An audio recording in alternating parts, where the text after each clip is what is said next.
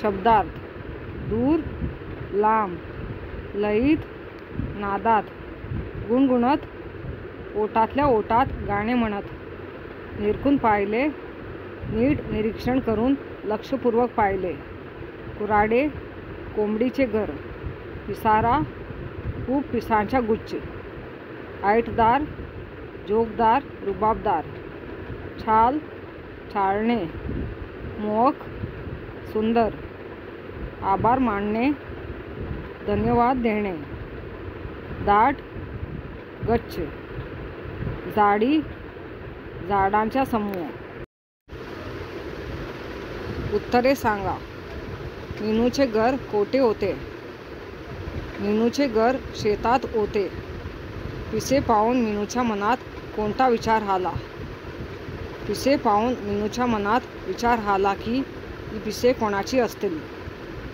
मीनू कोणाकोणाला भेटली? मीनू कोंबडी, मोर, कबूतर व बदक यांना भेटली. मीनूला बदकाचा पत्ता कोणी सांगितला? मीनूला बदकाचा पत्ता मोराने सांगितला. पिसे कोणाची होती? पिसे बदकाची होती. बदकाने मीनूला काय सांगितले?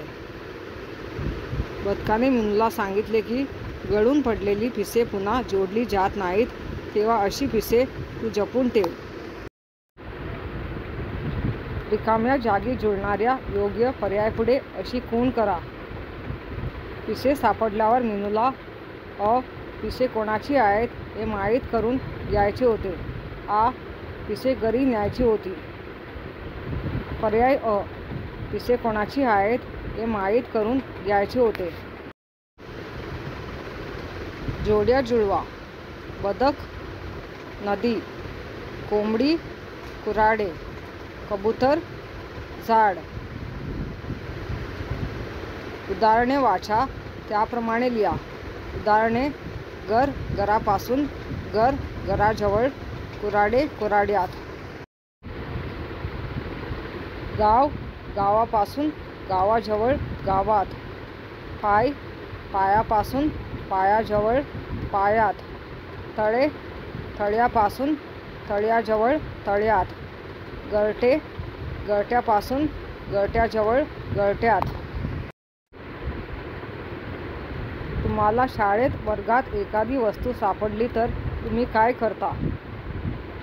मी ती वस्तू नीट तपासतो. ती कोणाची आहे हे शोधून काढतो आणि त्याला ती देतो.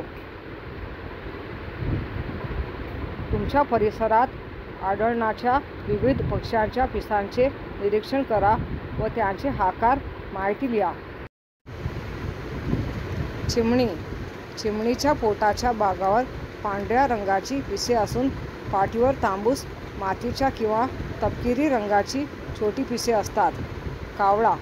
कावळ्याची पिसे राखाडी काळ्या रंगाची असून मध्यम आकाराची असतात.